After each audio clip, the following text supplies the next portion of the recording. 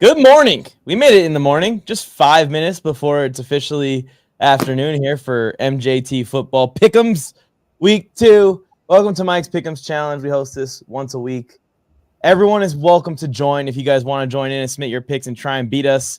Tony's going to be very hard to beat, though, when he's lying about his record every week. I'm telling you that right now. He's gonna be tough to beat at 13-3. The link's in the description if you guys want to join the Mike's Pick'ems Challenge. Send in your picks for a chance to win a jersey. And if you guys join the $5 paid one, you can win a couple G's. I'm joined with the J and the T and MJT, Joe Morley, Tony Tucker. Joe, I'll let you go first. I know you're doing great because this is your first time being on the air, right, on MJT Football YouTube channel since what happened. I'm sure the topic you're going to avoid today. I don't know what you're talking about, but yes, I am doing great and I'm ready. This week, I'm not going to put up with your guys' bullshit and allow me to change my picks. Like last week, I would have been like 13, maybe 14 wins, but on the air, I was like, you know what? I'm going Washington, and that was the dumbest thing I've ever done. Yeah. This week, I'm not doing it. You guys can't sucker me into changing my picks on the air. So, go ahead, Tony. By picking the Bucks, you would have gotten 4 more wins potentially. Like that doesn't happen.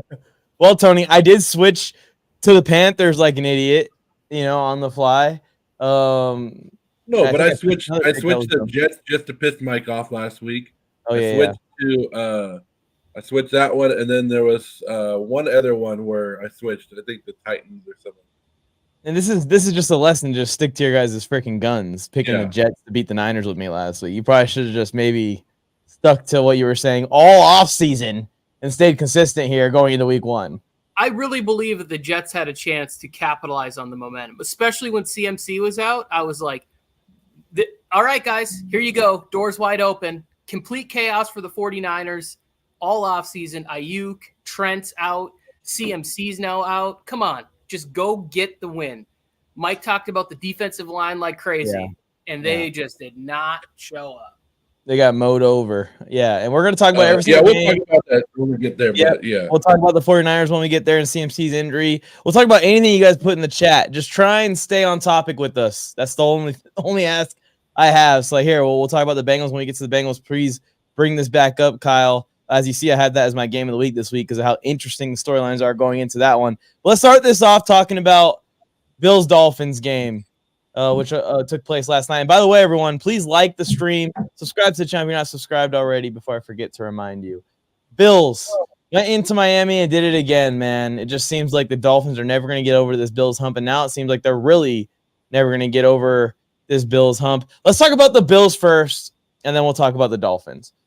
I have been a doubter of the Buffalo Bills. I've been saying I think that they had way too much turnover in one off season. I've been saying that I think that they're really young and that some of the leaders in this offense and defense are going to have to step up mightily to carry this team to similar success they've seen in the last couple of seasons. And so far, so good.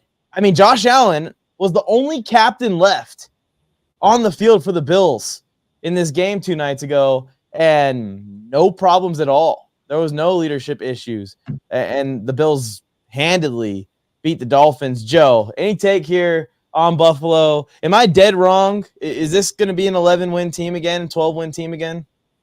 No, they're a good team, and boy, man, I love James Cook, and I wish I was like I've been on James Cook's train up for what, a year now, 2 years, and I didn't get him in any fantasy league this year. I was sniped in every fantasy league for James Cook, and guess what? I got to play that guy this week. I got to play a guy who has James Cook. He had 30 points already on me this week on Thursday night.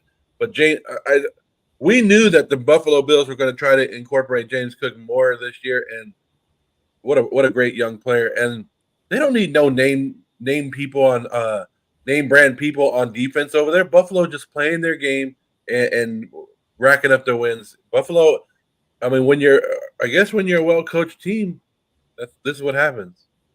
I'm really impressed by the pass rush, man. The pass rush was getting home. Tua was rushed, and even with his quick release that we're used to seeing early in this game, and then the secondary has been holding up. Tony, Kyer Elam, DeMar Hamlin, these guys they're piecing it together. Yeah, it's one of those things where you look at the roster and you're like, well, who are these guys? I don't know what it is, and it's like, but that's what coaching does. Like you can't there's no substitute, right, from having the ownership, the quarterback, the coaching. We talk about it all the time. This team has all three of those things, I think, are in place. They're in a good spot. The ownership stays out of the way, supports the organization. I think the GM has done a relatively good job. Everybody kind of jumped off his bandwagon because he traded a 30-year-old wide receiver and got good value in that trade. Like, to me, that's kind of what you have to do. He sees that moment at peak value before he falls off. That's what Belichick did for years. This team has become the new Patriots of the AFC East. They're just rolling through all these other teams that aren't there. And we saw sort of like a toughness thing where it's like, we're just going to keep being physical with you for 4 quarters, offensively and defensively. And I really like the final 4 games of last season. We saw a switch under Brady, the new offensive coordinator for the Bills, and it's really worked out for them.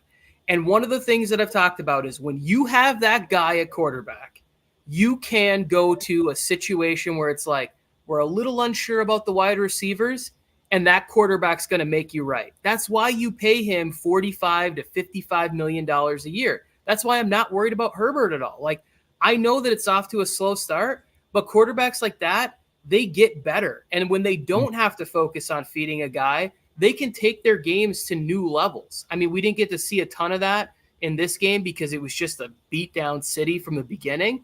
But like, Josh Allen is going to find ways to still put up big numbers and have winning seasons with the wide receiver core that he has. Like, I picked the Bills to win the division. I didn't have any doubts about what I saw. They're a fantastic football team. They got to find a way to get past the Chiefs. That's the only question we have. Playoff time, can they beat the Chiefs? Playoffs. I still have some questions about the depth in this team, and we'll see how this goes down the stretch of the season. They lost a few more guys last night. I want to see Keon Coleman get some more work in here as we get it going. It looks like Khalil Shakir has turned out to be the top target in the first 2 games so far. I think Keon Coleman had a better yardage game in week 1 than Shakir, but Shakir still saw more targets, something like that. We'll see how that unfolds for the Bills. So far, so good with kind of the young turned over roster here. You're on to something there, Tony. Sean McDermott. I mean, bravo so far. And bravo throughout his entire career. Yeah. What were you saying, Joe? Who did you take in this game? I took the Miami Dolphins. Tony? I took the Dolphins too, which was stupid. Yeah, I texted you guys in the first quarter. I was like, every time I pick them to win in a big spot, they just don't show up. And that's one of the things about Mike McDaniel. I know Mike's going to switch to the Dolphins. I'll just say this, like, the dude just doesn't seem to win in the big spot ever. Like, I think he's an offensive genius, but every time these big spots come up, he's never the victor. And I felt like the energy was there in those first couple drives too, when they first started off and they just made some bonehead mistakes, and it was going to end up being a good game down the stretch, but the Bills just started beating on them, and they couldn't recover from those mistakes even before it got too late, and we get to the part where they lose their quarterback. And speaking of the quarterback, this has been a huge topic over the last couple of days. I'm not going to sit here and say retire, Tua, retire. I personally would retire if I was in Tua's shoes. That's all I could say is what I would do in that situation. It's actually kind of an interesting story because I wanted to keep playing semi-pro football when I came home just for fun. I love playing the game. I didn't care that I was putting my body at risk because I never had gotten hurt before in my life yet at that point, until in my second to last game in Japan, I took a hit on the top of my head going to make a tackle, and the running back put his head down at the same time as me, and I was paralyzed for about 30 seconds. Couldn't feel anything in my body, and that's what scared me out of playing when I came home.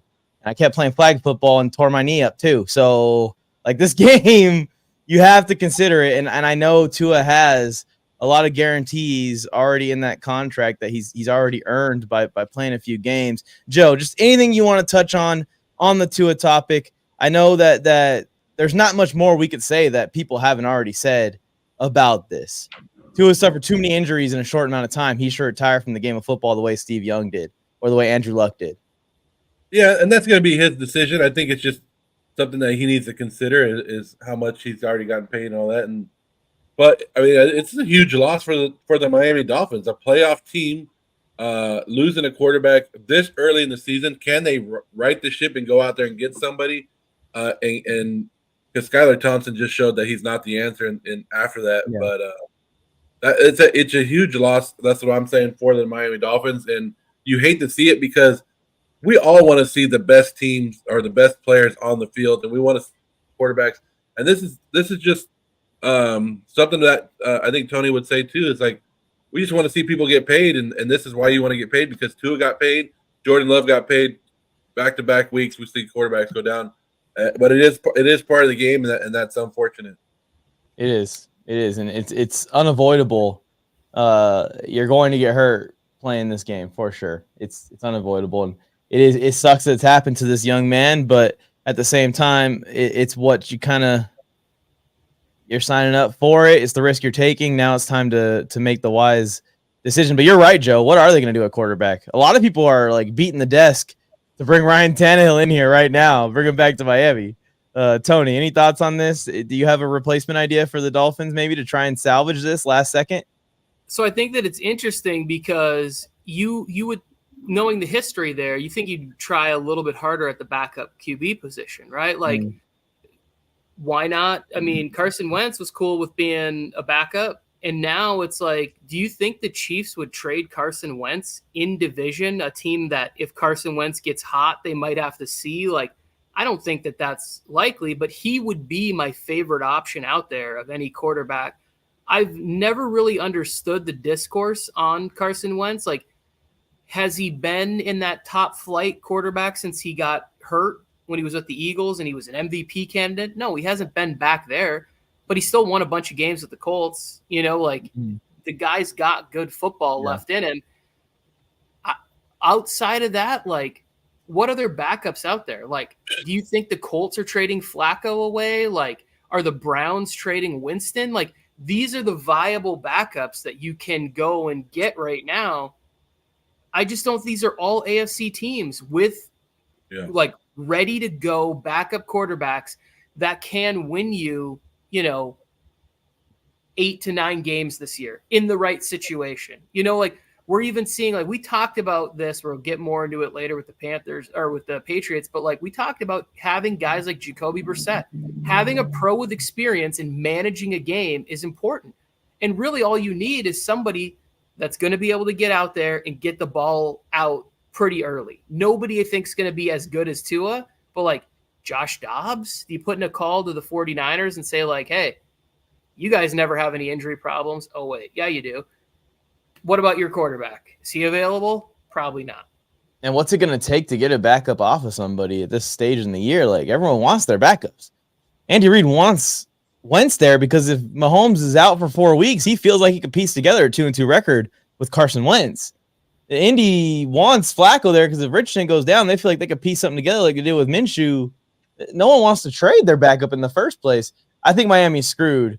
Everyone's thinking it, though. No one's going to say it because it's ridiculous, but everyone's thinking it. So real quick, though, I do think Skylar Thompson, who's been there now, I think this is year 3 or 4. I'd have to look that up. I do think Skylar Thompson can be serviceable to get the Dolphins with that much talent on the offense as the defense gets healthier. Like, they can figure out things in the run game, make some easy passes to get the ball to those playmakers. The Dolphins can still win like 7 or 8 games this year, which then kind of screws them out of the top flight quarterback picking position there. And then it's like, okay, next offseason, you got to get back to the drawing board and potentially figure something out. So, like, I do think Skylar Thompson can be good enough because of the amount of talent on that team. Right? There is zero talk or chance or even reason to think about Tua coming back. Oh, he's coming back. He's coming 8 weeks. back. Like 8 weeks. We're talking about 2 full months later. The Dolphins are around 500 or maybe 2 games below 500. What's that conversation look like in that moment? That sounds like maybe that's probably the direction Dolphins are going to go, is just to play Skylar Thompson and let's figure out if Tua can go or not later in the year. It's tough, man. It's gonna be tough to watch games with him out there, knowing that it's like watching an egg play football. I've seen enough football in my life where I have no doubt that he's coming back. And I personally want to see it? No, but they love the NFL players love the game of football, and everybody does. And you play it as long as you can, and I just have no doubt about it. But he's only 26 years old. I can't imagine the position that he's in, and Yeah, I spent a lot of time praying for him, his family, the decision that goes into that, the doctors, the advice, because it's an impossible decision. Like, you're on top of the world. Like, the Dolphins, if everything breaks right, are in that Super Bowl conversation. And that is like what you played for. Like, every person watching this or, who loves football, we all would have killed to be in this situation. And it would be hard to give that up. It's not hard to give up. Like, the story you said at the top, like, it's not hard to give up playing football for free when you take the hits that you took or the knee injury that you suffered, because you're not getting the financial compensation, and you're also not getting the glorification, the ego. Your identity is not strapped to this thing, and that's unfortunate. Like, we see guys that just have to regularly retire when it's like they just physically can't compete anymore, not even from an injury standpoint. Their bodies just, and they struggle with that transition from player to civilian life, essentially. Yeah, it's and they're very open about it too. Yeah, 100% agree with you, Tony. And it really hurts for Tua, because Tua just seems like such a good guy too. Such a good teammate. Seems like everyone enjoyed him. I don't know if you guys noticed it when he came into the sideline. It feels like every staff member and player, tapped his shoulder pads as he walked through. Obviously after he'd gotten up and walked off the field. Like, I visually saw every person on that team concerned. Like, that was their brother right there, and it is their brother when you're on a team together. And it is crazy because we do know Tua's family. Like, Joe knows the Oos Nation and stuff. So real quick, like, what's not to love about Tua? Like, he's a good family man of God, works hard. He's an overachiever. Like, if you really look at him, undersized, not huge arm talent, but he's been able to succeed, win national championships, go out and lead the league in passing. And you're like, really? This guy? It's the same things that we admire about guys like Brock Purdy or Drew Brees. Like, Drew Brees, you didn't look at him and go like, wow, I get how he does it. He didn't. Yeah. It's like he wasn't out there with like Dan Marino's arm, or the athletic ability of Michael Vick. It's just these guys that are so smart and they study so hard, they work so hard, and you're like, this is a special thing we get to watch. This is why he's gonna be great on TV, man. So Tua, hopefully he considers it all. I would love to see Tua, come on TV like we've seen guys like Tim Tebow and other players who have kind of retired while they're still looking really young, looking like a player, still like entrenched deeply in the happenings and going-ons in the NFL. That's always exciting. RG3 is a great example of that. RG3, I feel like, is a good example. He's able to get on there and be like, I can talk about these guys as if I'm in there because I was just in there last year. So Kyle is asking this question here. Last thing about the Dolphins, if this really falls off the rails, and it looks like there's no Tua's already announced he's not coming back this season at least. Maybe he says he's mulling over his decision into the offseason. Do the Fins consider trading Tyreek Hill? That would probably be the biggest one. When he says blow it up, I think trade Tyreek Hill and Jalen Ramsey. But that's tough to do because didn't they just extend him? They just gave both of them big deals. They gave everybody big deals. So I think they're committed for 2 years at least. And again, I really do believe that Skylar Thompson didn't get any first-team reps. He's playing a division opponent like the Bills. That is and you are emotionally fucked up when you see that. Like, there's no way that everybody was locked in after they watched it. Skylar Thompson's going to be fine. He's going to be able to – I think he could be like what Browning was for the Bengals last year because you're dealing with so much talent. So the Dolphins are still going to be favored in games and win probably 7, 8, potentially 9 games this year. And everybody's going to be like, oh, I didn't see this coming. Like, he'll be – you won't think of them as Super Bowl contenders, but they'll still be decent. Their upcoming schedule is Seahawks, Titans, Patriots, Colts, Cardinals. Very manageable. Yeah. It's not bad. It's not too tough. All right, let's move on here. By the way, Miami, don't trade Tyreek Hill because we just dropped Cheetah Dolphins designs. Dolphins fans, if you need to pick me up, need to cheer me up, getting this in the mail. I already ordered mine. It's on the way right now. It actually might be arriving today or tomorrow. Oh, definitely not tomorrow. Probably Monday. Jalen Waddle, the Legion of Zoom. We got the Cheetah one up there as well, and we have one where they're combined on the same shirt. You guys want to go grab it, Dolphins fans, or share it with the Dolphins fans. Screenshot that QR code. Let's get this banner out of here. Screenshot that QR code so you guys can go and do it, and use code 5DFAM. That code's only going to be available for like another week, y'all, for those first customers. If you want 10% off on your first purchase to rock the fifth down look. We'll be plugging the shirts all show, by the way. We have shirts for all of the teams, so stay tuned if you're interested in that. Let's move on here, Joe, because I want to talk about these Raiders. I want to hear your take about these Raiders. I haven't heard you talk about these Raiders since the game, and I would just sit here and roast you for the next 5 minutes of the show to fill this time slot, but that's not going to get us anywhere. I'm just going to save that. I'll clip up whatever you say here for next week, and then when the Raiders lose by 50, I'll just make you look dumb again. Post it. Oh, I thought you were just going to talk in circles like you always do and continue to go, but you want me to keep going? I can keep going if you want me to.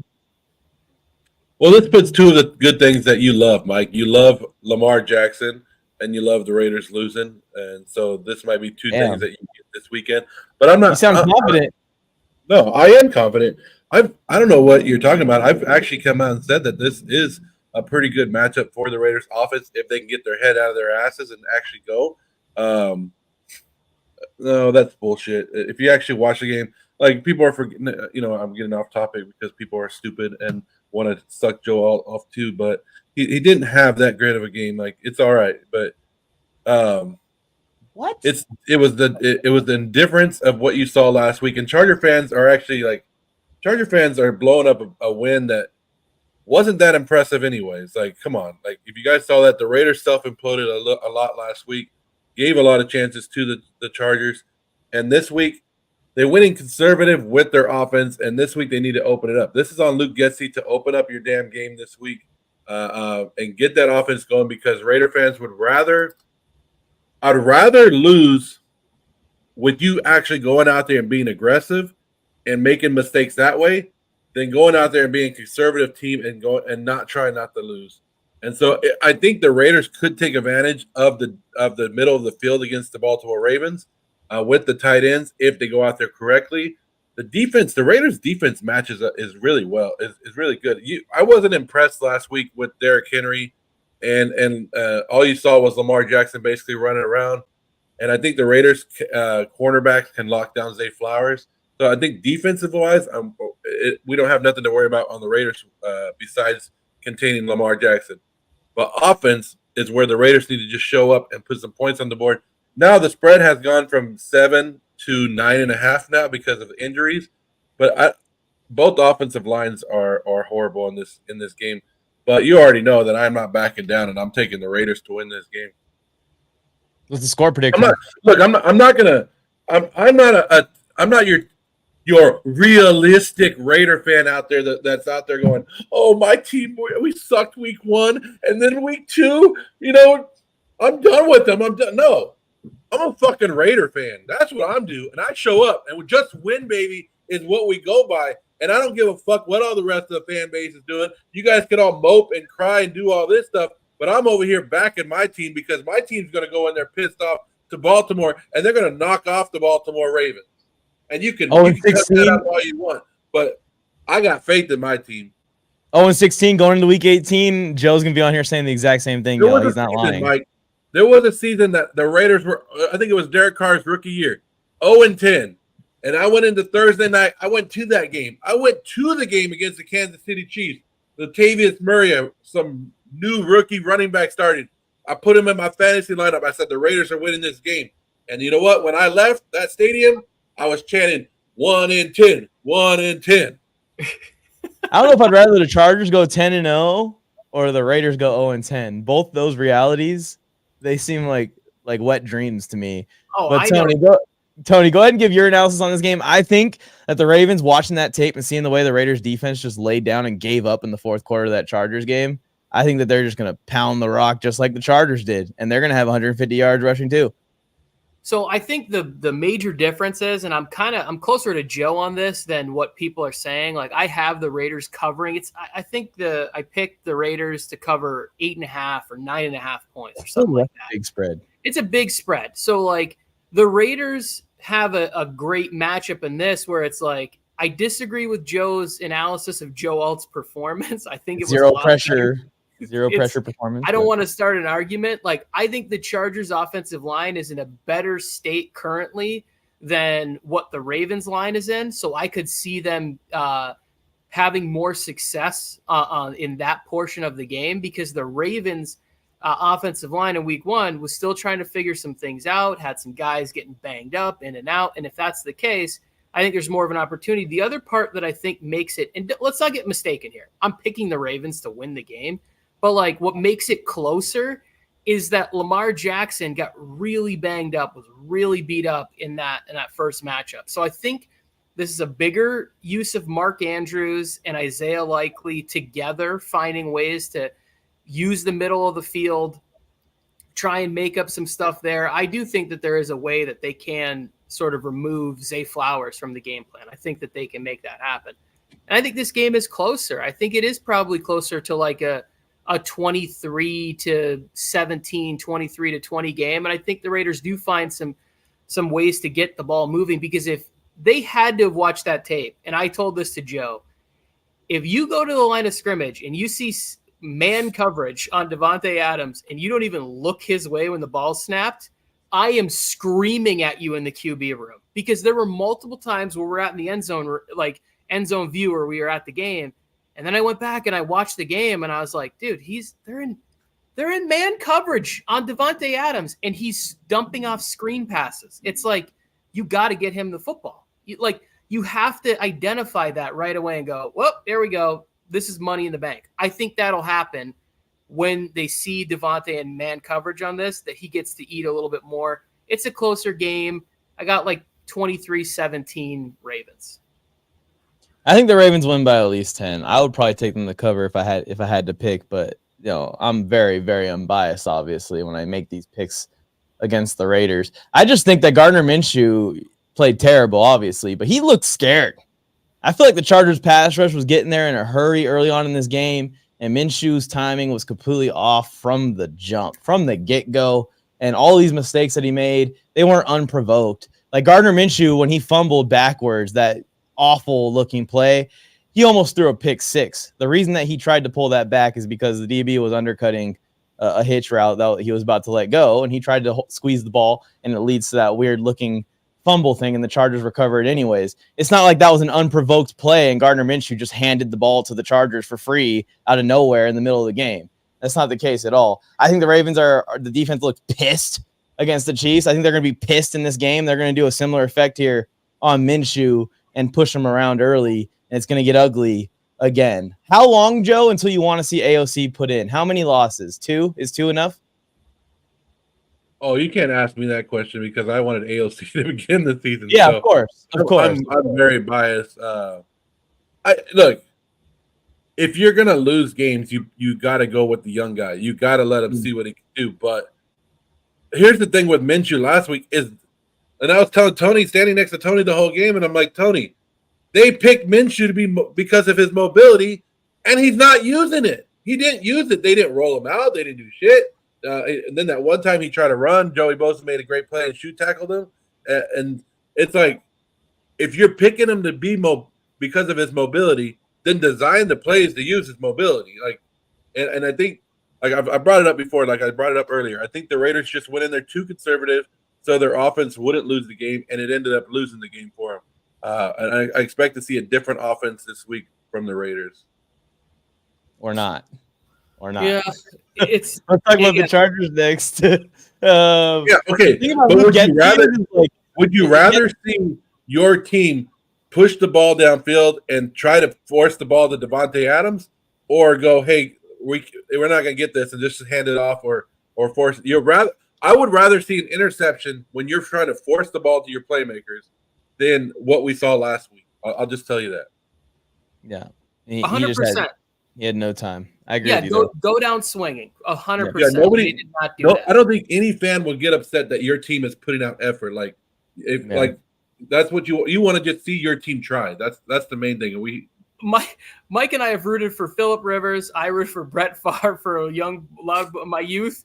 Go out swinging. Like, throw that. Who cares if you throw an interception? Like, go out, like, just chucking that ball because you think that you got what it takes to make the play happen. Like, that's damn near a Phil Rivers quote right there, Tony. All right, let's get this train rolling here. We don't need to spend as much time here on this Chargers-Panthers game. Obviously, the Chargers are going to be favored in this game. But, Tony, what are some of the keys here for the Chargers to really lock this in and also kind of just like get some momentum going into this season? 2-0, hopefully, rolling into Pittsburgh for a tough matchup the following week. So in this game, I watched the Panthers game. I don't know why I did this to myself, because as a Chargers fan, it just made me that much more confident, right? Like, I think that the defensive line of the Chargers, whether Bosa is able to play at 100% or not, has a real chance to bully and dominate in this game. Whether it's the run, the pass, it doesn't matter. Like, for this for the Panthers team to have to start against a division opponent that is a defensive-minded team and then come in against an edge rush room that has like 4 guys that can all get after the quarterback, this feels really, really bad for Bryce Young. Now, like, for me, it's more offensive. If I'm watching what the Saints were able to do, I want to be able to see some of that stuff from Herbert, and I'm hoping that that's the jump that we see, where it's like, it's 6.5 points. I didn't pick this as one of my 5 games this week. I thought about it. I think that they should beat this Panthers team pretty easily from what I saw. Like, there's just not a lot of like really high-level play, at least in week 1, and maybe they were just overwhelmed.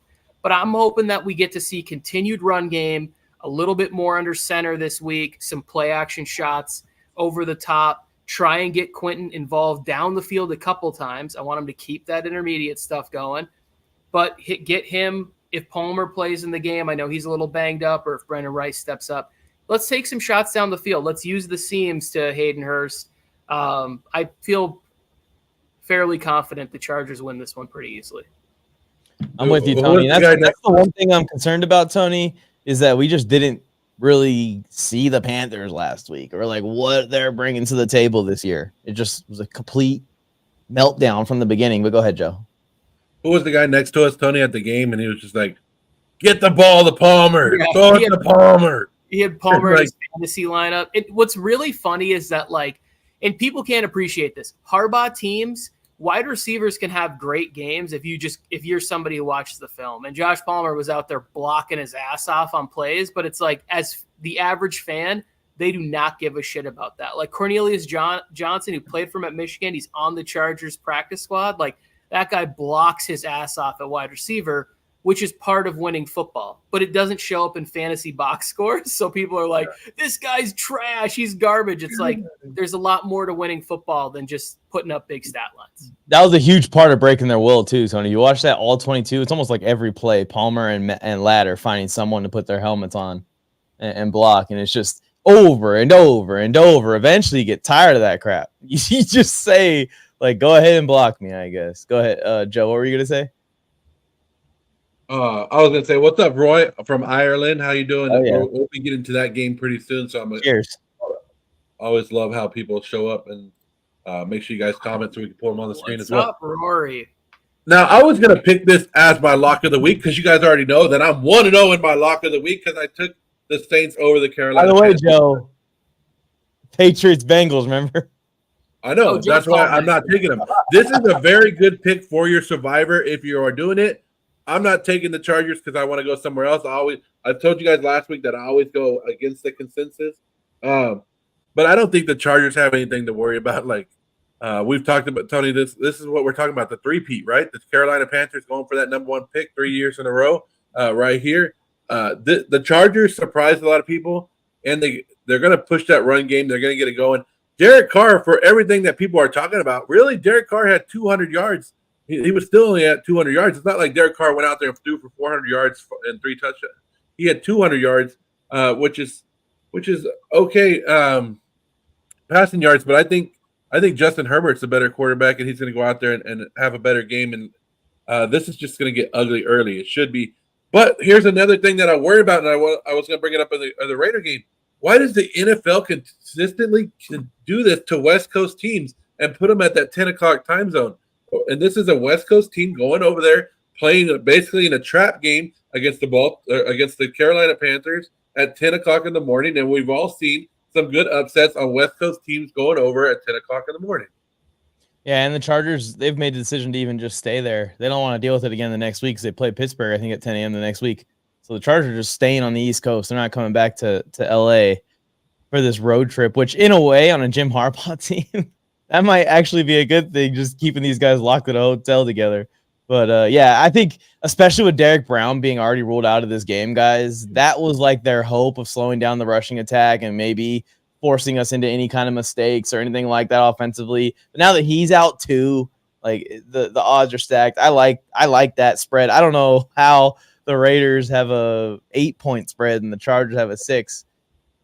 I guess maybe because we're the road team. That makes sense. Let's move on here. This is an interesting one, and I have been tuning in to the I Love Football with John Gruden. He is absolutely thrilled for this game. You would think this is his freaking Super Bowl because he's got Derek Carr versus the Dallas Cowboys. But Joe, I'll let you talk about them boys first.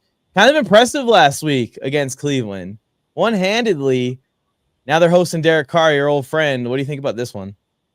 Well, I mean, that Dallas defense looks legit, right? But they were playing the Cleveland Browns, and they were playing a shitty-ass Deshaun Watson, who basically shouldn't be in there anymore. That magic has run out with Deshaun Watson. But I don't know. The guys that you paid to win you games went out there and won you some games, right? And you made Dak happy hours before the game, giving him that big extension. And you got to love what the Dallas Cowboys are doing.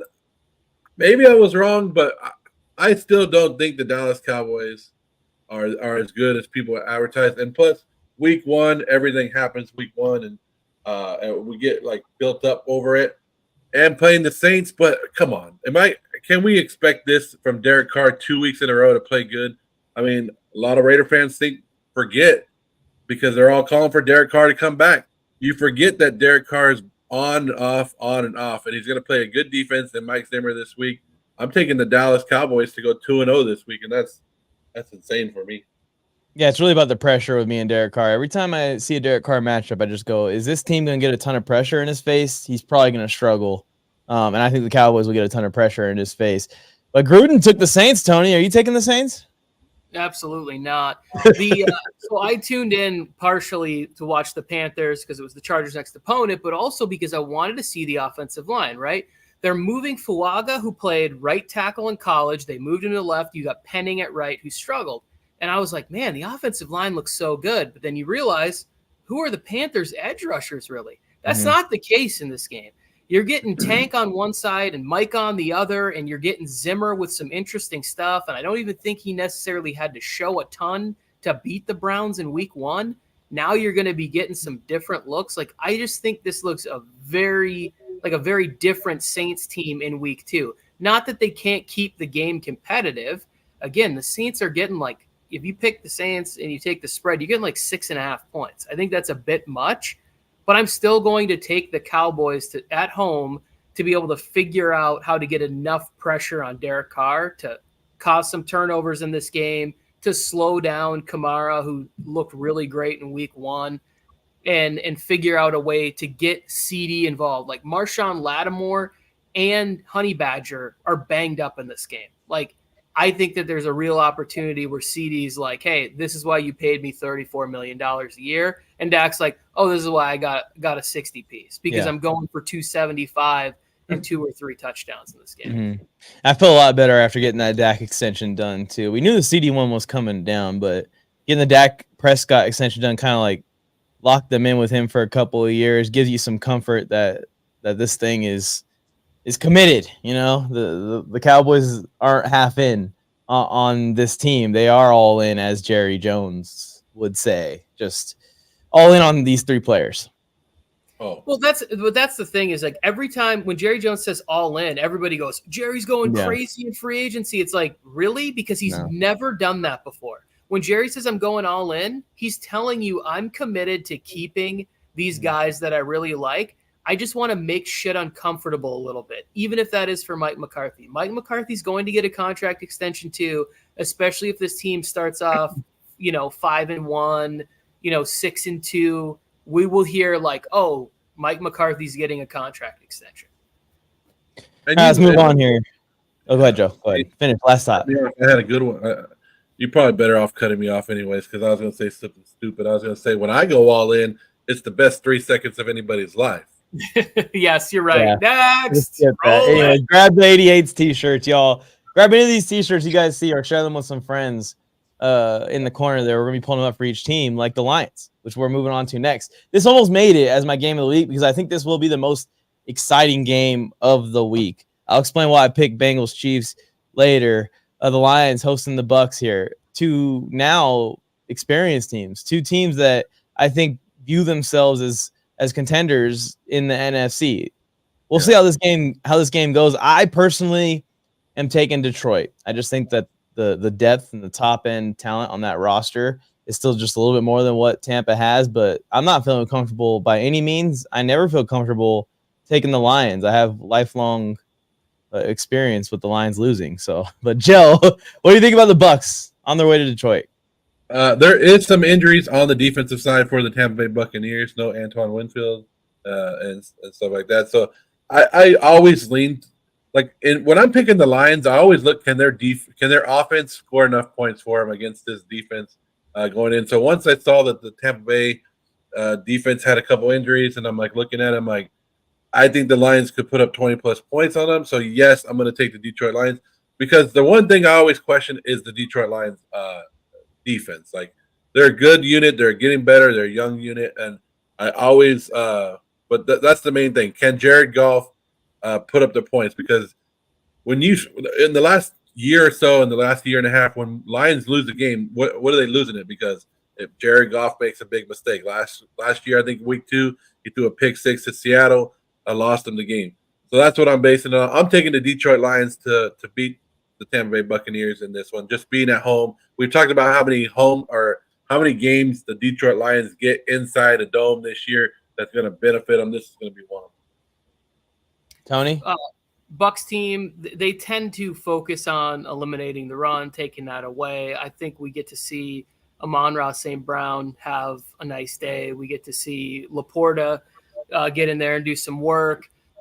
As far as like secondary receiving options, it starts to get a little weaker, but I don't know if Jameson Williams is playing or not, but if he is, a chance to take some shots downfield there. I think we saw a better defense from the Lions. As far as like on the Buccaneers side, this is a real test for what the Lions have done. You're getting, there was some comments from Carlton Davis, who was a Buccaneer, talking about Godwin and Mike Evans and, giving information on what they like to do. Well, here's what Mike Evans likes to do: make it to the Hall of Fame. So, like, good luck with that as your matchup. I'm sure you saw it a lot in practice. Baker's really starting to click. The run game looks really nice. This is the first my first pick of the week. I'm taking the Bucks like 6.5. I'm taking the Lions in the game, but I like this game to be 27-24, maybe late Lions, 26-24, late touchdown by the Lions to seal this one at home. But this is the real game of the week. I don't think Kansas City and Cincinnati is even close. This is the game that I like, that I'm going to go back and really watch, really sit there and take notes and like figure out about these two teams. Because I think this is like a potential NFC championship type matchup. Like these teams are good. You got to be like Todd Bowles and be like, I'm excited, Tony. Yeah. Yeah, that was funny. I love to see that from Todd. He was fantastic. Rory, love to see that you're still with us here. He's talking about the Bucks could throw up a surprise here. I do think so. And that's why I'm taking the 6.5 points from the Bucks. It's like, I could see them winning this game, but I definitely think they keep it close. Like they've got something together with everything that's going on. The one thing you always bring up, Tony, when you talk about the Buccaneers, because I know that you're high on the Buccaneers and you say the Buccaneers are a surprise Super Bowl contending team. But the one thing that you keep bringing up the last couple of weeks is the Buccaneers defensive line. Yeah. Do you think that defensive line could put any kind of pressure on Jared Goff with the great offensive line that the Detroit Lions have? I think it's interesting because Yaya Diaby was one of the guys I talked about where he was like probably their top edge rusher. He played well in week 1. Like, can he do it against this offensive line? That's a better question. You know, like he did it against Washington's offensive line, which has a ton of question marks. So, like, I think that, yes, at a certain point, Todd Bowles might have to manufacture something, but I do think no matter what, they play the run well, and they're able to just have enough veterans, enough being of well-coached plays where they can keep the game close defensively. Like if they're not getting pressure early, Todd Bowles is going to start blitzing. He's not afraid to do it. He'll just start friggin' sending people. I think that the Hassan Reddick rumors of like the Jets are shopping him around. Like if I'm the Bucks, I'm calling up there right now and I'm saying, what's it going to take? He's not going to play for you guys. I just want to let you know there's a 5th round pick on the table for you if you want it. Like send him down here. Send him out of conference. We'll take him down here, and that would be a nice bolster to the Bucks roster. That's Roy, the reason Mike's surprised is because people usually get tired of Mike within the first 5 minutes, and Roy's probably here because he gets to see the great looking faces of Tony Tucker and myself, and he loves football. You know, I tend to annoy people. I'm still getting comments on my own channel being told that I should quit my own channel, like I quit the AFC West Roundtable. So it's just like I should quit my own channel, guys. All right, at that point, you should probably just maybe watch someone else. We can't get rid of Mike here because he's the highest paid in the contract and all that stuff. So we got to keep contractually obligated to work with Mike. Locked in for the next 10 years. But anyways, continuing on here, I don't think Malik Willis stands any chance. Do we need to do much analysis of this game? Tony, do you think Malik Willis stands any chance?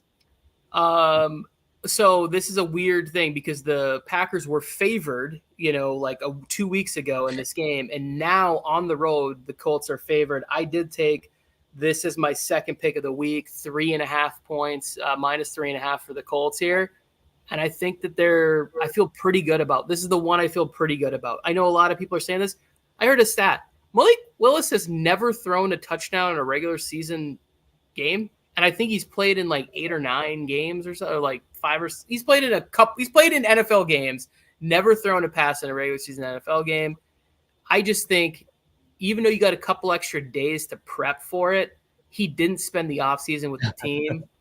I don't know. I like the Colts in this one. I like the Colts to run the ball a lot and put up some points in this game and win, by 7-10. That. Lock of the week, baby!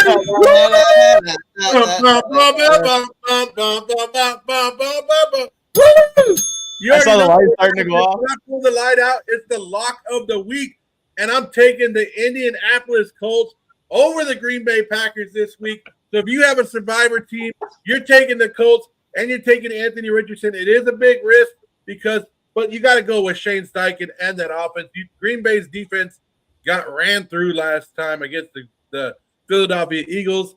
And I just think without Jordan Love, you stand no chance. But there it is, guys, the lock of the week. I dropped the light again.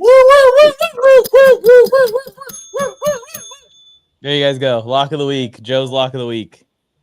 Very exciting. I saw the light flickering before he even started, so I got on the right timing immediately. I forgot my Panda Express fortune cookie, guys. So I have to plug it in. Tony. All right, guys, lock it in. The Colts. We got the Colts covering. We got the Colts locked in as our survivor picks. Go Indy. Moving on. Like I told you, I know a lot of people are going to go with the Chargers this week as their survivor pick. Easy pick for you, but I don't like to do that. I want to save the Chargers for later on in the season. I'm going to take a team like the Colts that can pull an upset like this or have a good matchup. It's not really an upset with Jordan Love being out, but Anthony Richardson, don't let me down this week. Big game by Jonathan Taylor this week. I think Jonathan Taylor, if you have him in fantasy, he's going to come through for you. There we go. Ball out. Get some Trey Benson in there, too. I have him in my deep sleeper leagues, please. Cleveland Browns on the road in Jacksonville here. This one's interesting to me. I'm rocking with the Browns. I think they got a good enough defense to get after Trevor Lawrence after seeing the Dolphins defense get after Trevor Lawrence and really frustrate the Jaguars offense. In the second half, the Jaguars couldn't really do anything against the Dolphins. I think Cleveland's going to have even more juice, more energy, more pressure on Lawrence than Miami did last week, even though those Miami edge rushers are very underrated. I'll let you go first in this one, Tony, because I think we were talking about it pre-show. Are you rocking with the Jags or the Browns here?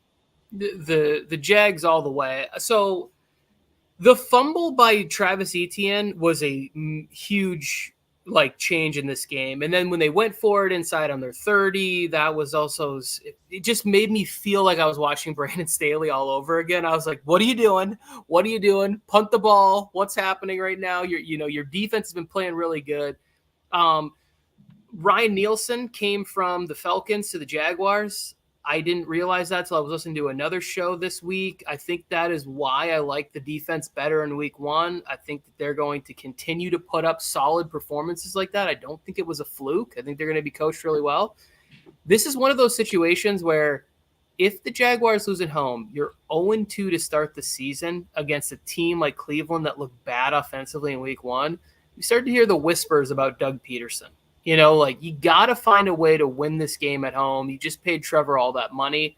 I like the Jaguars in this game to be able to do enough defensively to put their offense in some advantageous positions and get some shots downfield to either Davis or Brian Thomas Jr., who looked pretty good and ready to go.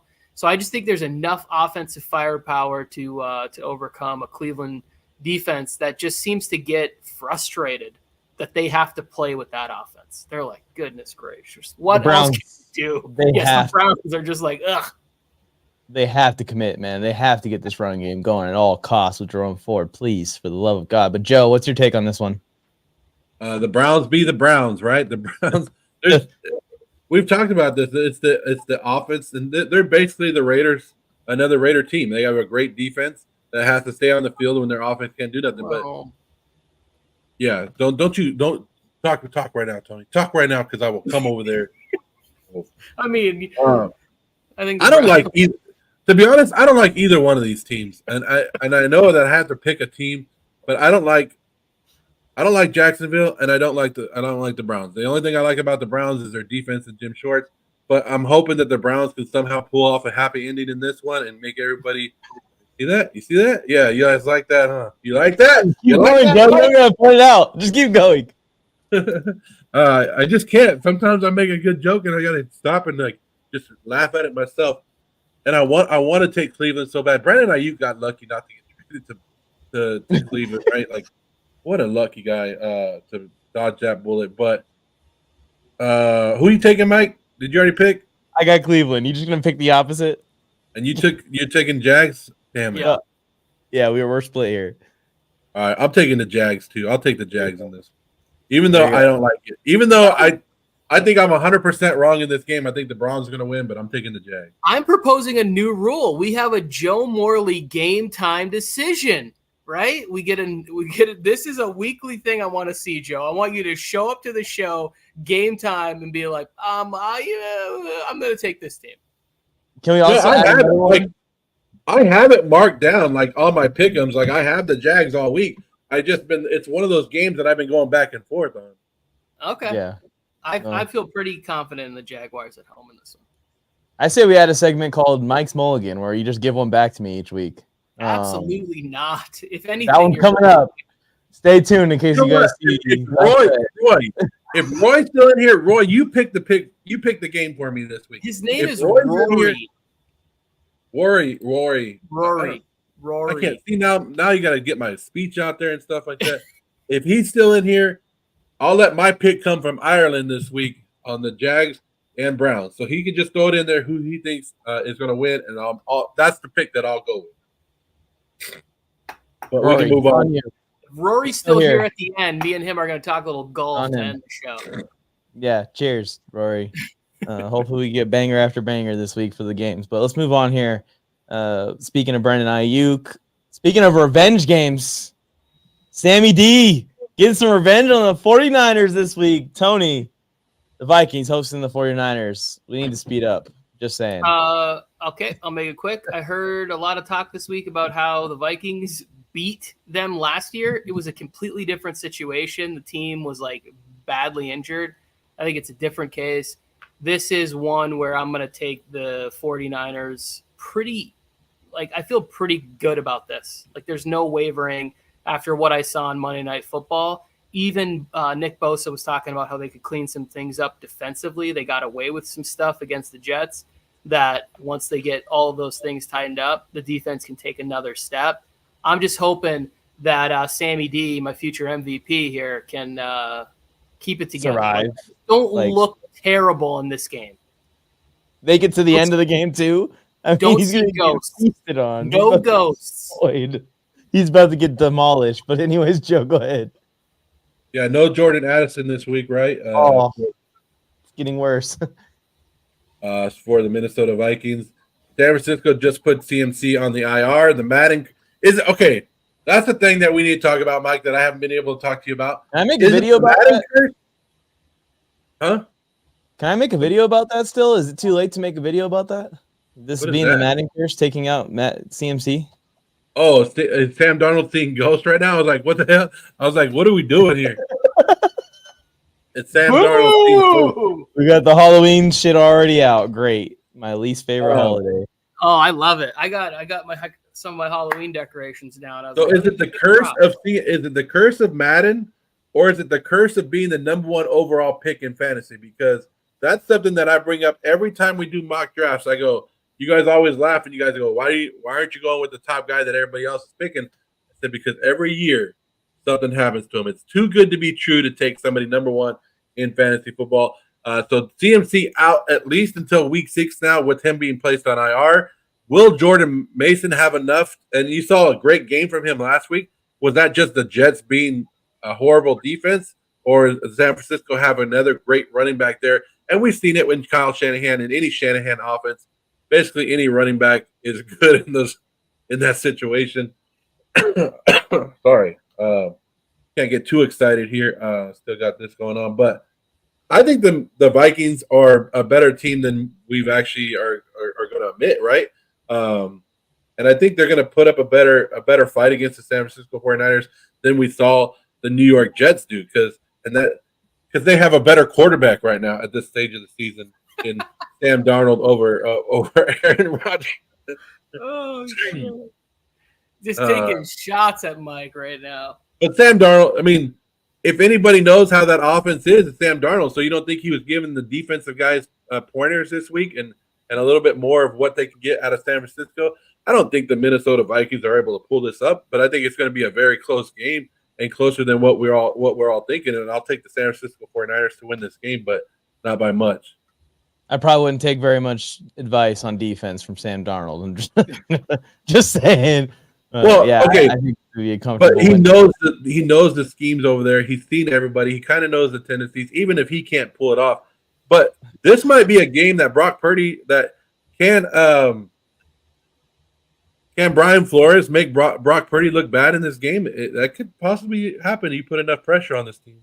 He did it last year, but he also didn't have, like, I think Debo was out. I think Ayuk was like the only healthy person in that football game. So yeah, I really worry about that CMC injury more when I think that they're really going to need the offense to score. I don't think I see the Vikings scored 20 points in this game. Their offense did amazing in my eyes here. I can see where the drop off from CMC to Jordan Mason. It's more so in the passing game than anything. Yeah. Anyways, well, Niner fans are going nuts. Like, especially in my little group chat where I have a bunch of Niner fans where they're not missing a beat without CMC. Like, Jordan Mason is so good that he's going to step. It's like, no, he had a good game last week, but CMC is so elite and means so much to that offense that he's like two players in one. It's ridiculous that Niner fans are that, I don't know how to say it. Is it naive or whatever to think that Jordan Mason is at CMC's level? Like, calm down. Like, bring that down a little bit. It does hurt the offense, and maybe it doesn't hurt as much with how good Jordan Mason played, but it does affect your offense when CMC is not out there. Well, if Shanahan thought that it had no effect at all, and you're the exact same without CMC, they wouldn't have extended CMC this offseason. They would have taken a discount there and probably focused on paying Brandon Ayuk, Trent Williams, all these other issues that they had. But anyways, we'll keep this going. They know what they got in CMC. They know why he is one of two backs in this league right now that deserve that mega contract. Maybe we have like a couple other working on it, but There's Saquon Barkley, CMC, and the rest. Seahawks on the road in New England here. I am tempted to go upset pick here with New England, but I'm just going to trust the Seahawks to be good again in this one. I'm taking Seattle. Joe, what do you got? Did you not see what New England did to the Cincinnati Bengals last week, Mike? That defense looks so amazing. It looks so great. And now they're one of the only teams to ever do this, and they're splitting their first string practice for quarterbacks in practice now. Jacoby Brissett's getting 70% of the first string reps in practice, and Drake May's getting 30%. So I don't know any team that ever done that during a regular season, but that's kind of crazy. After going 1-0, yeah, after winning the game and upsetting people, and if you guys know this, Vegas does a big old thing at the circuit. They do a big old survivor pool. It's $1,100 to enter. Winner takes home like $14 million if you win their survivor pool. In that survivor pool, there was like 14,000 people that joined that pool. almost 35% of those people took the Bengals last week and lost because of the New England Patriots. So that was like 4,000 people just wiped out of there in 1 week. Week one of that. Put Joe Burrow in the fishing. There's a lot of people that renewed their hatred for the New England Patriots last week. I don't know if you guys saw that, but that's just something interesting. I like looking at stuff like that. That's why it's you never know. Week one, you never know. Do I think that's going to continue for the New England Patriots? Hell no. They're still one of the worst rosters that we've seen. And I think Seattle, this is a good trip for Seattle to go over there, show what their defense is made out of. Maybe that's because I drafted the Seattle defense in my fantasy league, and I have them going for the second week in a row. And then next week, if you want another good defense and Seattle's there, take them because next week they're playing the Miami Dolphins. Just to let you know. Just throwing that out there. Little tidbits that I give you when I'm talking, Tony, and it's just coming off the top of my head. It's crazy. But, yeah, Seattle wins this one. And we talked about I don't like putting points out there, but I think Seattle wins this one easy. I got Seattle too. So it's Seattle, Tony. I know that you worry about the Seattle O-line often. Are you worried enough to go to New England here at home? No, not enough. I do think Keon White had a good game for the Patriots, which is always fun to see. Somebody I rooted for and really liked in the draft. If we're giving out fantasy nuggets, how about picking up Kenny McIntosh? If the Walker injury, if that lingers a little bit, Charbonnet's sort of often banged up, could be somebody that you want to, get on your roster this week so you don't have to fight the following week if he's getting an increase in touches there. I think this is a tough matchup for the Seahawks. The offense did not look like they were all on the same page last week. So I don't think it gets much better there. But I think the Seahawks find a way to grind out a victory in this one. And this is one of those games that's sort of ugly to watch, like a 19-16 football game. I'm going to watch it, but I think it's ugly. Why can't Seattle keep healthy running backs? And if you watch Kenneth Walker last week, amazing. The moves that he makes are unbelievable. And I think he's very underrated in the National Football League. Like that touchdown, was it a run or a catch that he made? And he just made one sidestep and he was in the end zone. I'm like, holy crap. Like that's what I love watching Kenneth Walker. He's one of those few guys. He's one of those few guys that is useful to get you the power yards, to get you the grinder yards, and can also take it for 6 on any play because he's got that kind of explosiveness and firepower. He is. You're right, Joe. And I saw it against our Chargers, Tony. Dude went freaking off. He's running at our end zone, and I'm like, stop. It's unstoppable. It sucks. That's what I hate about NFL is injuries like that. And a great talent like that you want to see on the field every Sunday. But I did make a trade for Charbonnet this week, so I got him on my. There you go, the UCLA product. Anyways, continuing on, all three going Seattle here. All right, JETS, let's get right this week. You could tell I was at that game, y'all. I ate my foot in person. It was great. I picked the Jets to win. I've been hyping up the Jets all offseason. But you could tell that the Jets, they weren't ready for that. They weren't ready for the 49ers yet. That is crystal clear. We've gotten that out of the way. Maybe they're ready for the Titans instead of the San Francisco 49ers.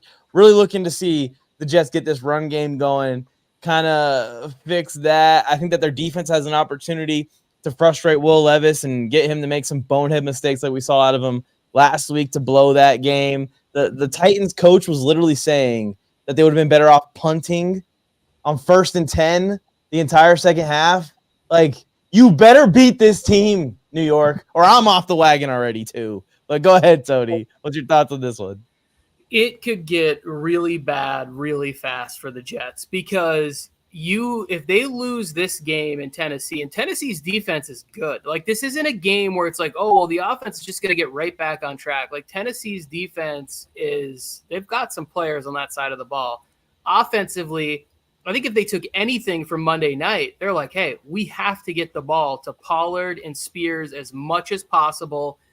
Get like short, easy passes to Ridley, to even Treylon Burks. Like, just keep the chains moving offensively.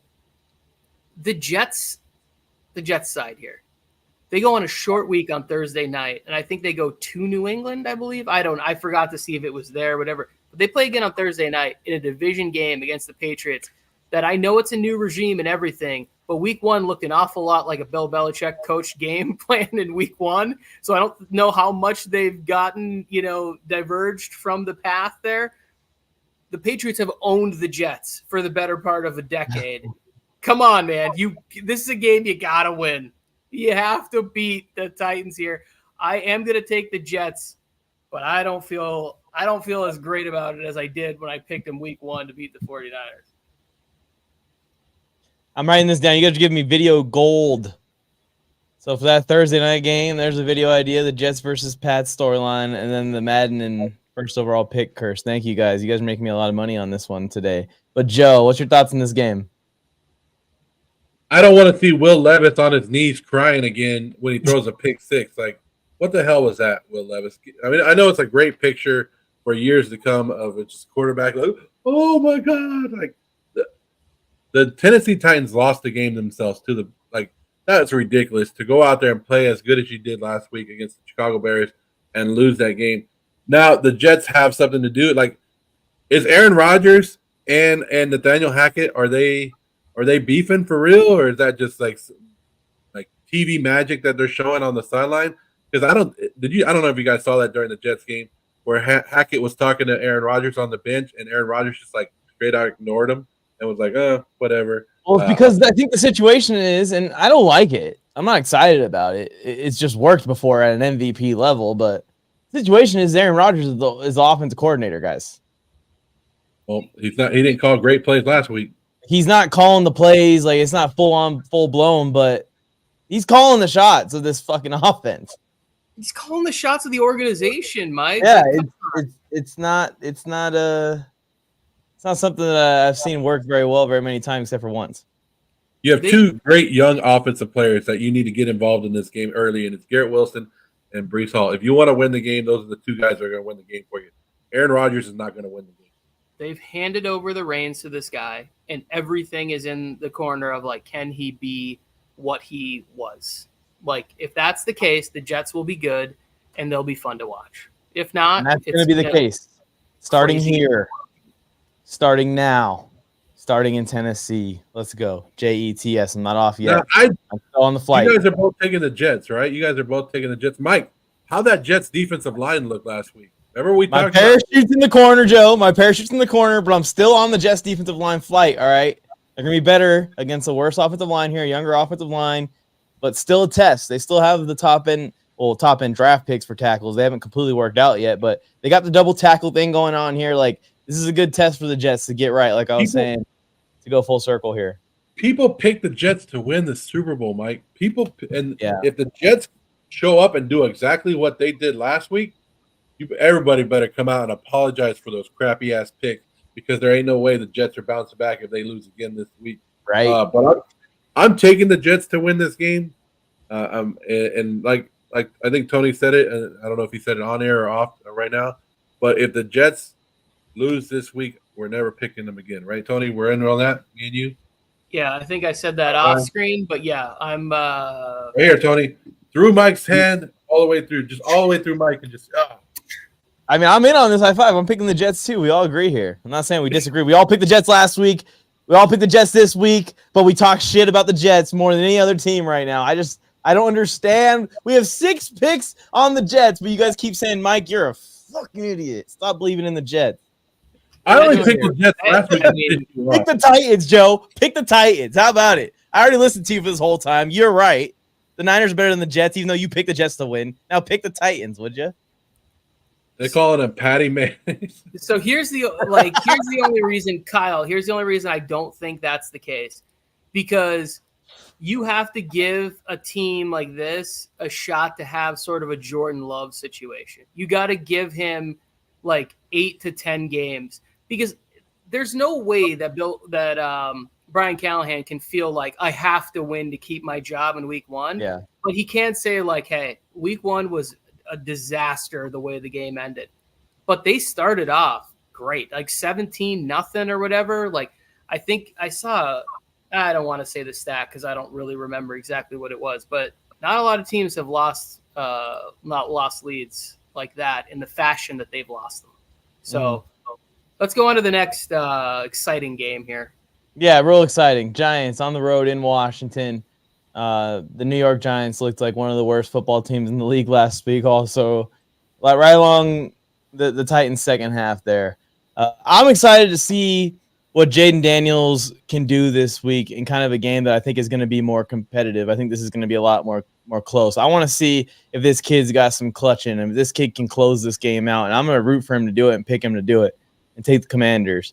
Joe, what do you think here? Any belief in Daniel Jones to look like he at least belongs on that freaking field this weekend? No, absolutely not. Like, if like we've talked about it last week, the Giants organization doesn't believe in the quarterback, then why should we? And I'm not going to do it at all. You saw Danny Dimes last week be Danny Dimes, and then they asked him, "Do you have any?" Like, they were asking him, and he just started laughing. Like, he's every time I see him do more and more press, I'm like, I don't want to see Danny Dimes anymore. Now I understand what the GM is saying. So Jaden Daniels, offensive player of the week last week in the NFL, and he's just going to continue to get better. This is going to be one of those games that everybody sees why Jaden Daniels was a top draft pick, and the division is going to get a snapshot of what they have coming at them. I just don't understand what the Giants were or are doing. Like, Tony kept telling me about all the Hard Knocks stuff because I didn't watch it, about how they're talking all this trash about Daniel Jones, all this stuff. Is like at the same time that they're working on his extension and working on paying him all this money and virtually guaranteeing that Saquon Barkley is going to leave the team because they can't afford it. Like, what are the Giants doing? Like, this team will be so much better. I would pick the Giants to win this week if it was Tommy DeVito, Saquon Barkley, and Malik Neighbors. Damn it. So the thing that makes it even worse is if at a certain point these other quarterbacks that got drafted after they pick Malik Neighbors, if they really start to hit, that's when it's going to get even worse. Like, if Bo Nix ends up being a guy this year, you know, like, we're not going to get to see J.J. McCarthy or what he could have been. But, like, as things unfold, it's like, hey, you had a shot at these other 3 guys. You could have taken Michael Penix, you know, like, that's when it gets really bad for them. I'm taking Washington in this one. This is my third pick this week.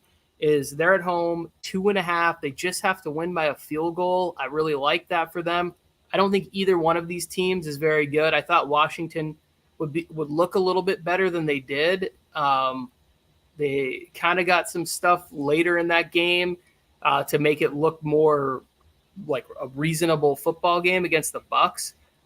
But just what I saw from the Giants, it's like, how do you pick? Like, I can't pick them. I can't pick them just a straight up into the game to win. So I'll go with Dan Quinn getting his first win at home. You know, new stadium, fans there going crazy. This is a situation where we could see Drew Lock or DeVito. Like, this is a situation where I could see the backup coming in. Joe, Commanders? Yeah, I'm taking the Commanders. Same. All right, Steelers. Didn't I say that? Didn't I say that? You might have said that. I could be tripping. On here to the Steelers on the road in Denver, and after what I saw last week from TJ Watt, and it's no slight to Denver. Denver actually played decent in that loss to Seattle. A few rookie mistakes by their quarterback cost him that, but it's a rookie in his first game. You should expect rookie mistakes.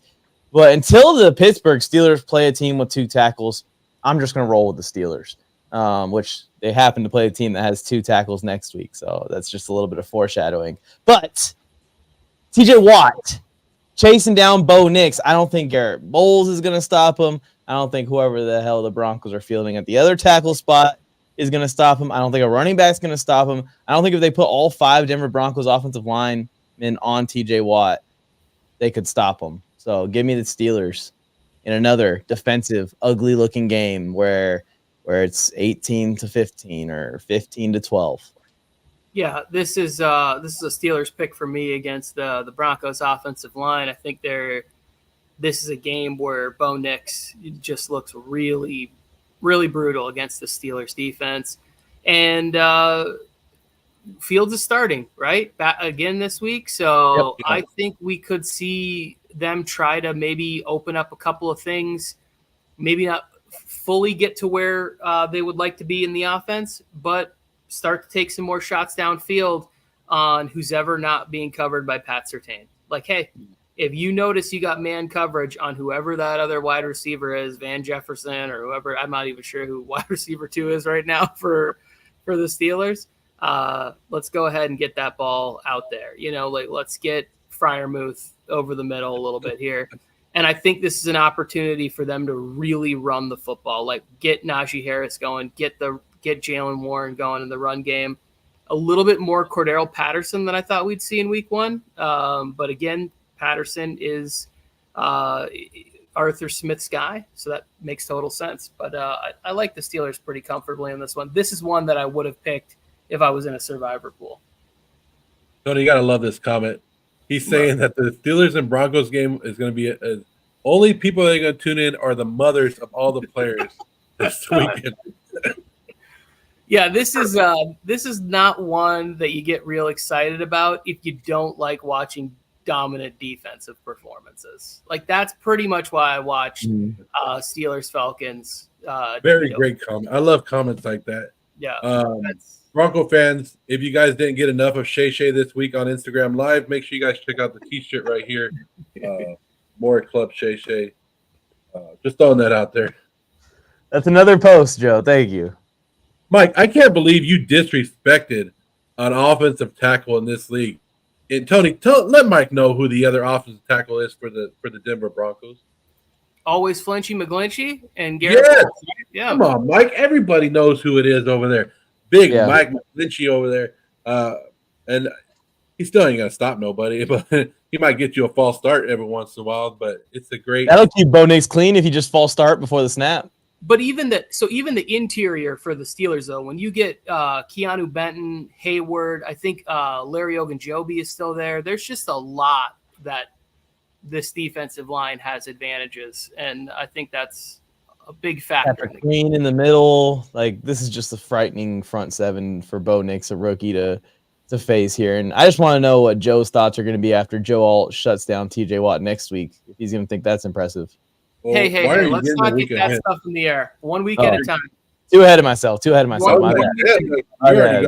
Somebody You're going with Pittsburgh, right, Joe? Did you say Pittsburgh? I am taking. Yeah, I'd be. I'm not dumb. I'm not dumb to take the Broncos. You are taking the Raiders, so Bo Nix, and the rest of the rookie quarterbacks are going to be okay. But they're realizing every rookie quarterback is realizing the NFL is not easy. They're going to come with adjustments, and you got to make the adjustments too. But I think, this is a tough. We've always seen Pittsburgh and the way they tough. But can Pittsburgh score a touchdown this week? That's what we want to see. Can they actually score an offensive touchdown? What did they kick? 5-6 field goals last week. That was all they scored. I think they're going to score multiple touchdowns this week. I think they should just purposely try to go the whole season and have a winning season without scoring a touchdown. That'll really really put it. For the Broncos, Tomlin, that would take his legend to another level.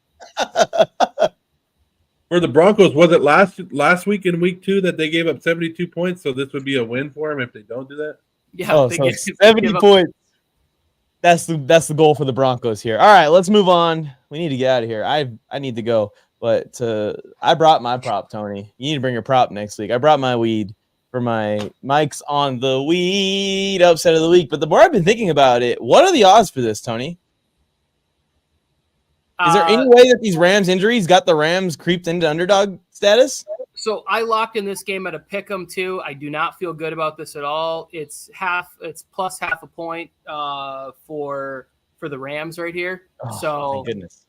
Yeah, I picked the Rams. I'm going to take them here. I know they have a ton of injuries in this spot, but I think that we're going to see the run game a lot here. I think we're going to see Kyron Williams have a really nice game in this, and Cooper Kupp continue 21 targets last week in week 1.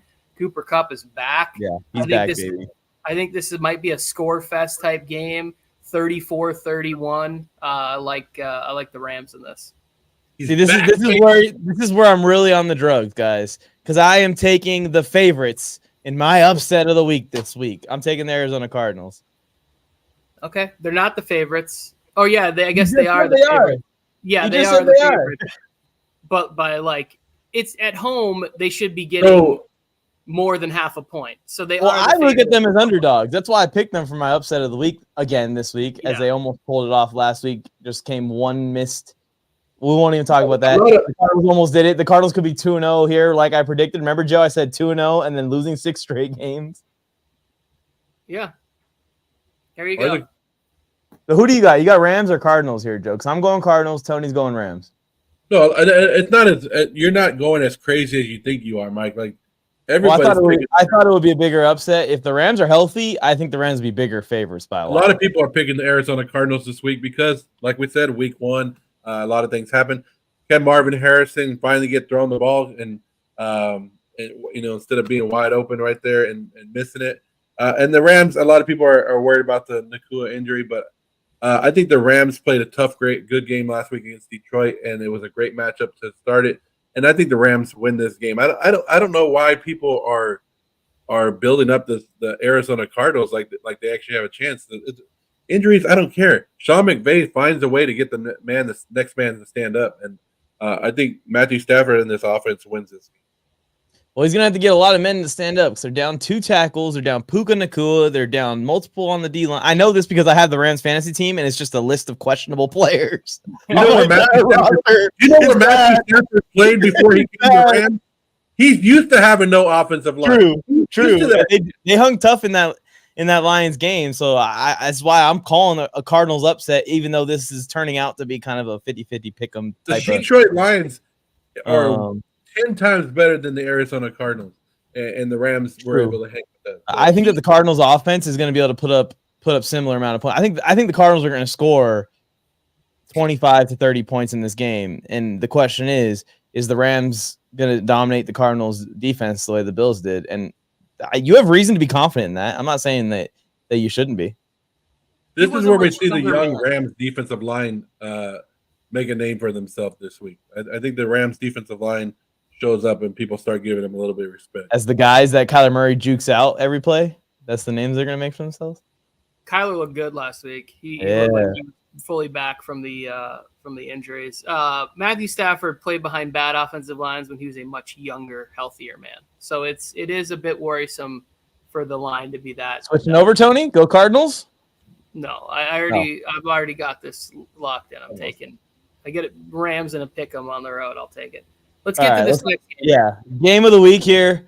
I don't think it's gonna be the highest scoring, most exciting, most entertaining game. It's not my usual pick, which I usually would just pick the game that I think is going to be 35-32, and that'll be my game of the week. I think that's going to be the Lions-Bucks game this week. So there's kind of 2 games of the week this week, but I have this in here because of all the storylines. We are multiple years into this Bengals versus Chiefs rivalry. Jamar Chase doesn't even want to say Patrick Mahomes' name out loud at this point. He dislikes him so much. But even with all that dislike, with all the talent that the Bengals have, they looked terrible last week. And they always play up to the Chiefs. It happens every time they play them. But if this falls off the rails, like this could send the Bengals in a bad direction. Or the Bengals could completely flip the entire narrative here and be right back as the team that Jamar Chase says they are, which he said this week. He thinks that they're the team to beat in the AFC. Tony, what's your thoughts on this game? I'll go ahead and just get it out of the way and say it so I don't have to run on like Joe said about nonsense later. I'm taking the Chiefs to win.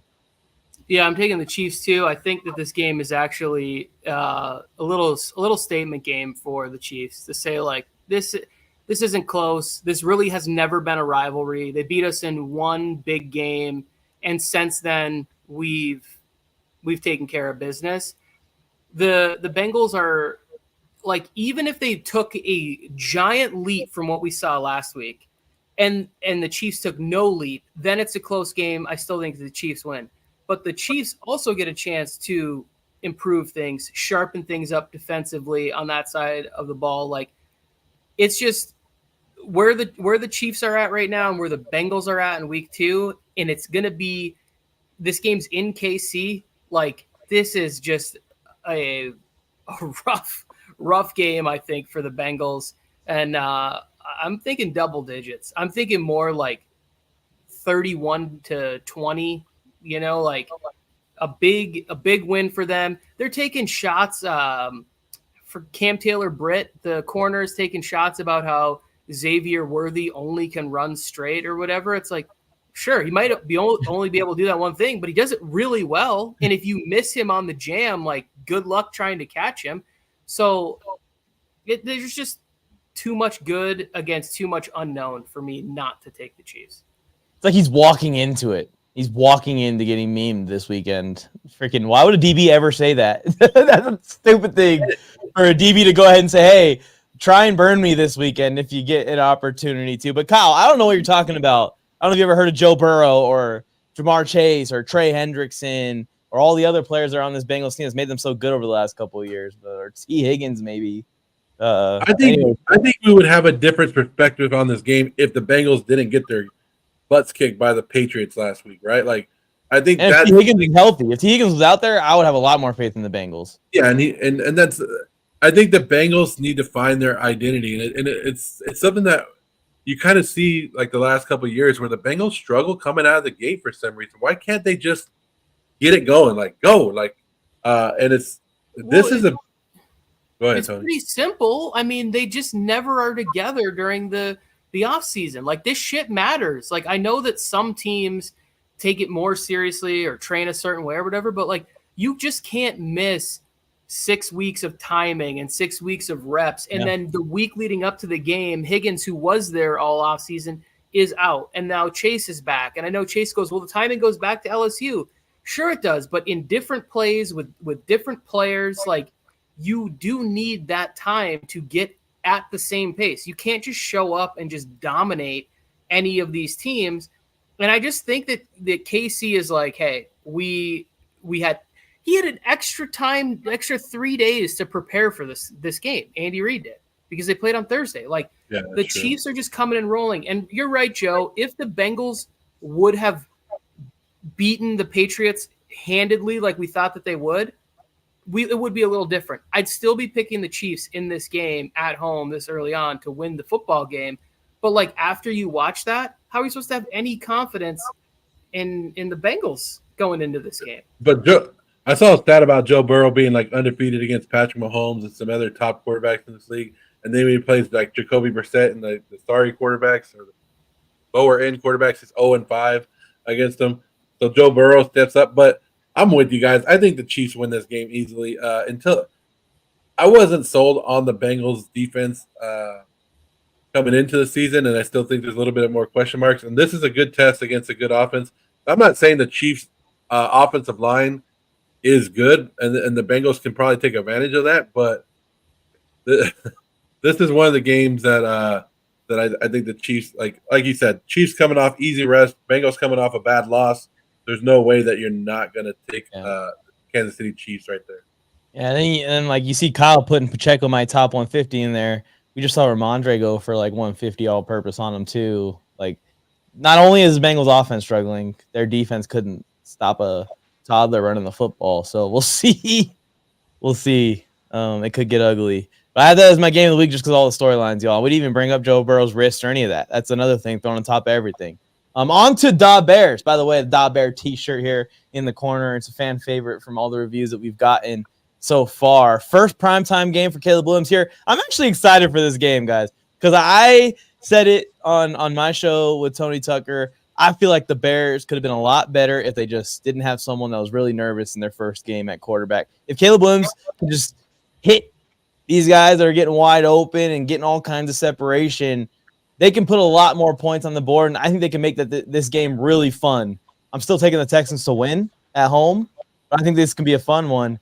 Tony, what's your thoughts on this one? Caleb Williams versus CJ Stroud for the first time. Well, we need to chip in and get NFLMike and HBO Max pass because you clearly aren't watching Hard Knocks. Caleb said, I don't get nervous before games. Caleb I saw that, though. And that's why I was like, what's going on, Caleb? You look nervous, buddy. You look trigger happy. Caleb Williams also said, hey, why did we draft a punter? You're not going to be working too much. Like, a lot of the stuff that he said did not show up in week one. Now you're down Rome. Keenan's got a thing going on with his heel. Like, the Texans looked good, not great against the Colts. Definitely things they could clean up defensively. It's also hard to judge any team against Anthony Richardson because how many quarterbacks in the league can throw flat-footed and throw 65-yard strikes downfield to like Ashton Doolin and the other big play that he had? I just think going on the road, the Texans fan base, they've been rejuvenated with CJ Stroud. I think it's going to be a pretty great environment in the building there. And the defensive line is, I think, really going to get a chance to stand out. I'm not super excited about Caleb going into this game. Like, I don't know. I think that there's opportunities for more of the, like, what are you doing? Why are you running around? This isn't college. You know, everybody says that when they watch the game. That sack that he took, that Sebastian Joseph Day got last week, it's like you can't run backwards 18 yards. These guys will catch you. It's true. Tony, and I brought up Sebastian Joseph Day last week. Did. Yeah, good call. You brought it up.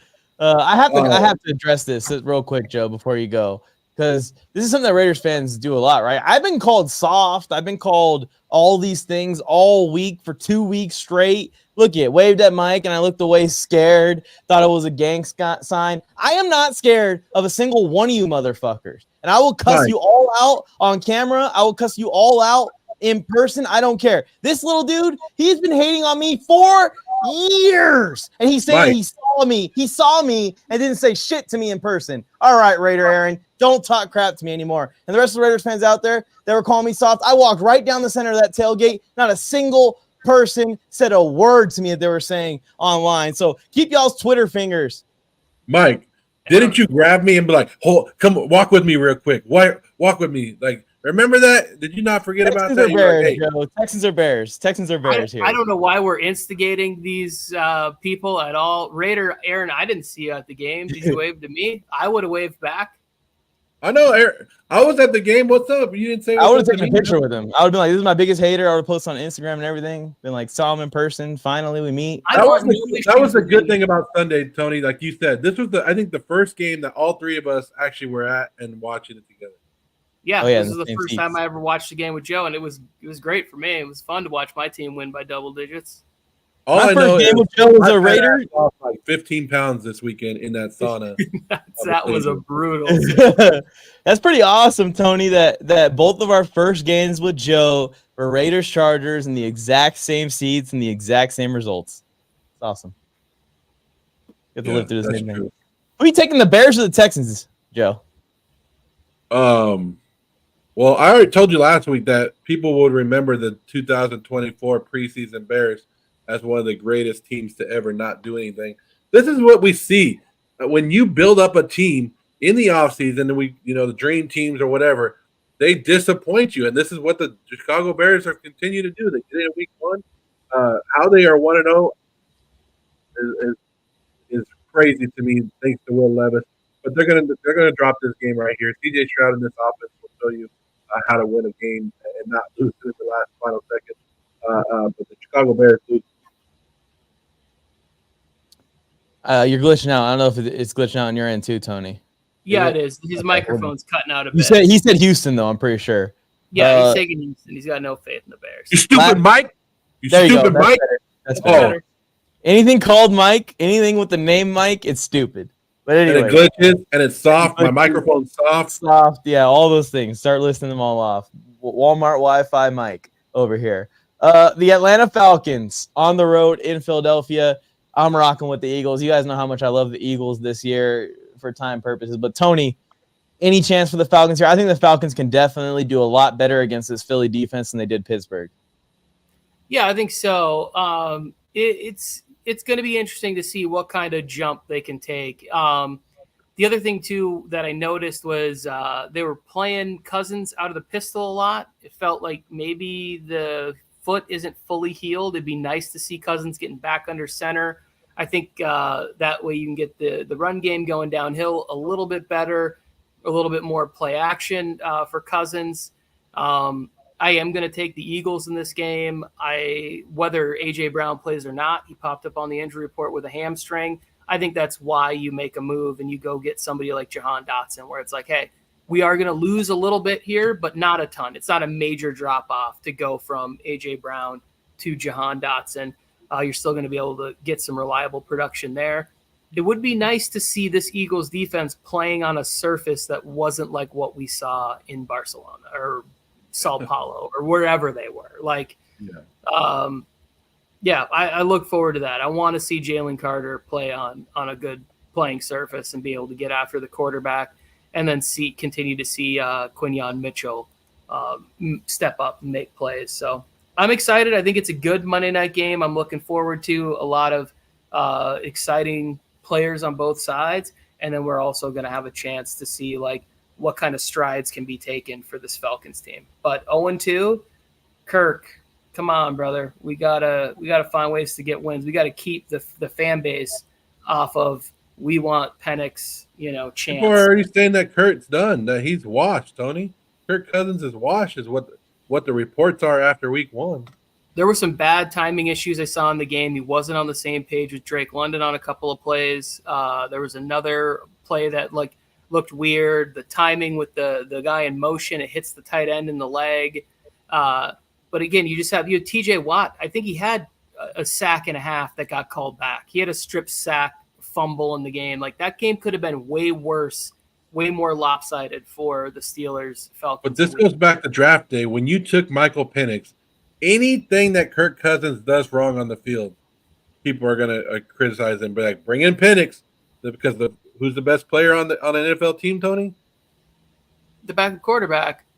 See? But Joe, I started off our predictions by saying this. I pointed out the first 3 games for the Falcons, and I said, this is a brutal start for this guy to have the first 3 games in a new fan base where they don't have any allegiance to him. The organization does because they gave him all this money, but the fans are like, bro, we want to win. And if they start off 0-3, it's going to get real ugly real fast.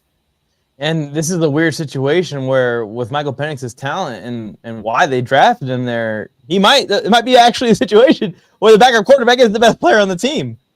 Kirk Cousins in Miami. Right now. It's finally come. It's not a metaphor. I tend to think Bijan is the best player on the team.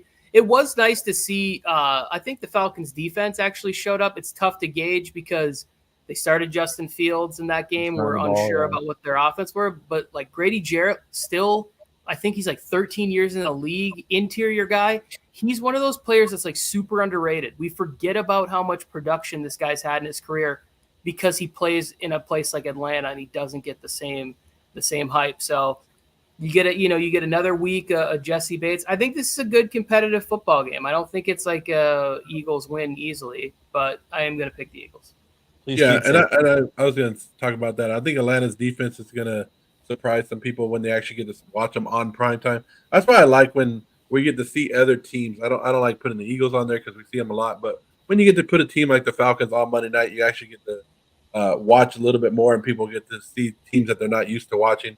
So hopefully Kirk Cousins shows up, but primetime Kurt is not good in primetime, right? We've already seen that. Does that shake when he goes over to the Atlanta Falcons? I doubt it, but I'm taking the Eagles in this game too. Even if A.J. Brown doesn't play, I think the Eagles. I mean, we saw what Saquon Barkley did on a bad turf. Now putting him on a good turf in the home crowd in Philly. Barkley's going to shine and have a good game. Fly, Eagles, fly. Here we go. Wrap Eagles. it up, Mike. Yeah, Take us home. we're going home. Holy crap. Thank you guys for tuning in. Raider Aaron, shout out to you, bro. I'll never invite you on the show, though. Fel K, shout out to you, too, out there. Kyle, thank you for tuning in. Our friend from Ireland, Rory. Raise a pint for us tonight, our friend. Banger after banger this week. Appreciate you tuning into this one. If you guys want to join, Kyle, shout out to Kyle and his brother. You guys want to join the Pick'ems Challenge, don't forget to put your picks in. It is a very low number this week. You have a high chance of winning it if you do. The link is down below in the description, everybody. Also, you could find me and get the link that way. Joe, anything else? Yeah, Aaron, you missed it. Go back to the beginning where I said I'm not one of those pussy-ass Raider fans that are already giving up on the team. I'm back. I picked the Raiders too, Raider Aaron. You should go and check it out. It's crazy. Yeah, ahead, rewind. Tommy. He only has the Ravens winning by 10. It's a fun part of the show. Say something nice on the internet to people. Go. We normally do this show on Fridays, but I'm down to do it on Saturday. I don't care. Yeah, we'll be here either tomorrow morning next, Rory, or Friday. We're still ironing it out, but that's usually our time. It's Fridays at 11 a.m. Just couldn't do it this week. Had a busy Friday. But I'm down to talk some fantasy tomorrow if you boys. Yeah, we'll see. We'll see. We won't lock it in for our 7,000 viewers listening right now, but there's a chance if you guys turn on notifications, we could be live for some fantasy football advice tomorrow morning. All right, see you guys later. I was about to hit the music, but I forgot we don't have music. I just had like a